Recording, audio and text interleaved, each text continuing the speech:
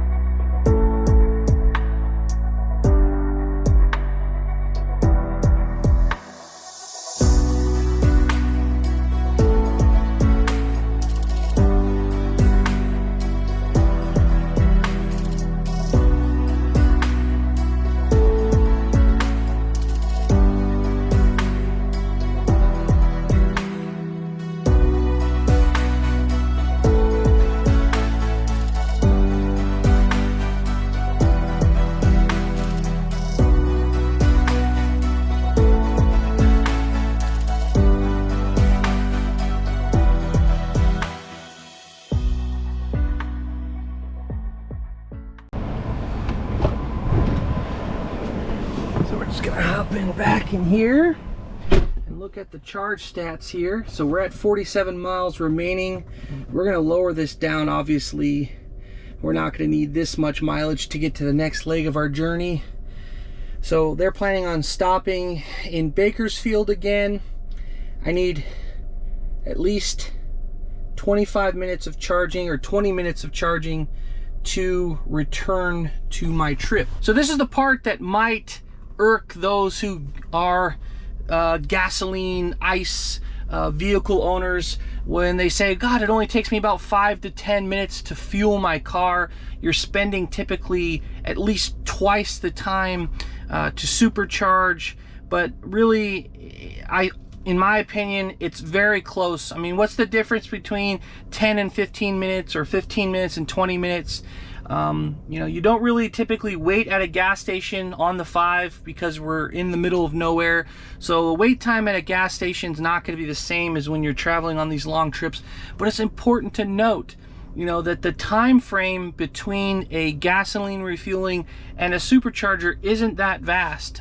You know, I hear all these comments and these statements online like, oh, you're having to, you know, take hours to charge. No, for a supercharge, you're typically looking at 15 to 20 minutes to get to the next leg of your journey. And on a travel from Northern California to Southern California, you're only looking at about 2 charges. So, you know, normally if I was taking my Honda Accord or a very good fuel efficient car, I'm only having to refuel once before I hit LA.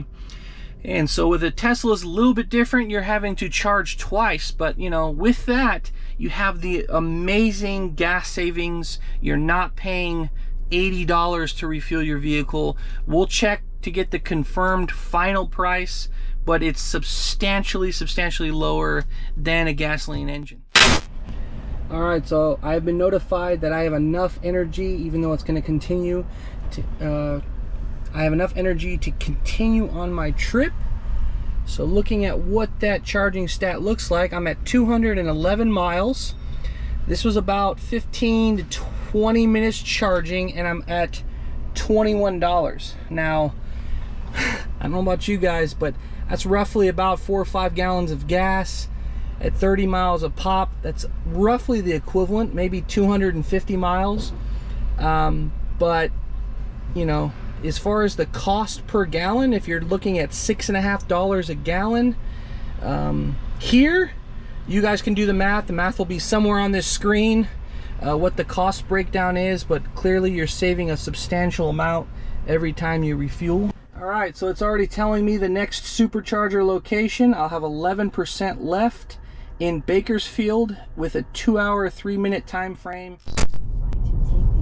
I wanted to showcase this next feature that, I mean, some of the newer cars are obviously having, but it's something that I really appreciate and really enjoy in the Tesla, and that is the advanced autopilot. This is what makes these, you know, 6-7 hour drives reasonable and easy to handle, is due to this stuff here. So what we're gonna do is we're gonna just find the speed that we're comfortable at. I say around 75 to 80. We're just gonna lock it in at 80. That locks the speed. Now this is of course adjustable at the max reading. You can lower it or, you know, increase it however you want using the right stick. I'm gonna keep it at 79. And this is the advanced autopilot, and this is the bread and butter of what I enjoy. I double tap the skin, or the stick rather, double tap the stick, locks in the advanced autopilot, and this makes it so that I don't have to steer. Now we're about to go into a bend, so I can show you that. I'm not really steering at all, and it's making the turn automatically. Now again, I'm sure these are a feature that some of the newer cars have, but it's something that Tesla brought to the market pretty quickly. I don't know if they were the first one, but it's just something that I particularly enjoy when using my Model Y.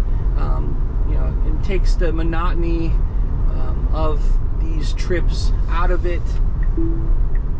When I use my blinker change, signals the camera, turns off this feature, but then you just double tap it and locks it right back on. Definitely something that I enjoy, and it's probably one of my favorite features for these long journeys. All right, so we had some battery issues. I'm stopping at the Tejon Ranch outlet chargers. There's a big one, 40 plus chargers. I like to stop right before the Grapevine. This makes a great geographical spot, but at the same time, got a lot of food options. We're gonna get some refueling right now. Good thing to do, unlike with the gas. You know, I noticed when I used to have the Accord, I would order some food after I refueled and then ate on the way.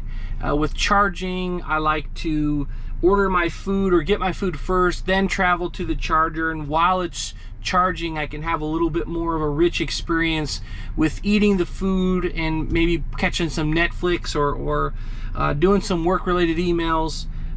But it's a little bit of a different approach to traveling. You know, you could take from it however you want as far as the difference in time, but I do enjoy the experience of charging the Tesla, stopping to eat. Again, it's only like a 15 to 20 minute thing, so you're watching less than a single TV show and you're on your way. But that's my experience. That's what we're doing next. I don't know what happened with the off-ramp thing. I was trying to get some B-roll, but I had 30% left in my GoPro Hero 10, and it said that there was not enough battery, so I'm not sure exactly what all that's about. So we'll get some food going. I'll get to the charging station near the Tejon outlets, and we'll continue on this journey.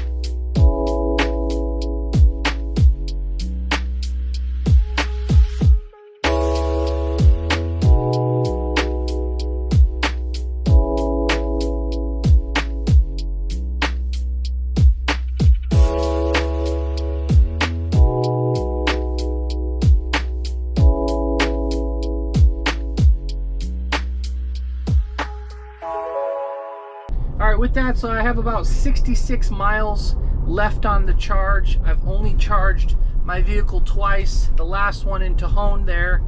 I've gone a total of 385 miles. That's coming from Sacramento, California, down to past LA in Orange County. So I'm in the city of Orange right now, approaching my final destination. And I have to say, the time it took with the 20-minute stops really didn't add any length in comparison to my normal experience with a gasoline vehicle. I hit a hell of a lot of traffic going through LA because, you know, it's 5:30 in the afternoon, so this is going to be rush hour for most going through LA. Didn't really time it well, but I hope, you know, this benefited you. This is sort of an experimental video as a Tesla owner. I hope I've converted those who maybe had a few lingering questions. You know, again, this is not a camp thing. I just think that I value what these level of EVs do. Now, I'm looking at you like Nissan Leaf and a lot of others that are well under 300 miles, and I do think the industry definitely needs to make 350 miles a standard. You know, people say you don't normally drive that far, you don't need that. It reduces the overall effectiveness because you're carrying more weight, you're carrying more battery. But realistically, you should be able to take a trip without overcomplicating your life. And that's the story, and that's the message of this video. You can tell I didn't overcomplicate my life. I stopped a total of 40 minutes with restroom breaks while I'm charging, while I'm eating. I captured some drone footage. So I really didn't burn up anything. I feel like maybe I could have saved an additional 10 minutes using a gasoline or using a petrol car. But that's pretty much it. I mean, I hope you guys got something out of this little experimental video. I've converted a few of you gasoline guys, or maybe not. Maybe I firmly believe your belief. I mean, it seems very polarizing, like political parties, whether you're a gasoline guy or you're an EV guy. But if you found anything useful out of it, drop a comment down below, hit that like, share, subscribe, all that jazz, and I'll catch you on the next adventure.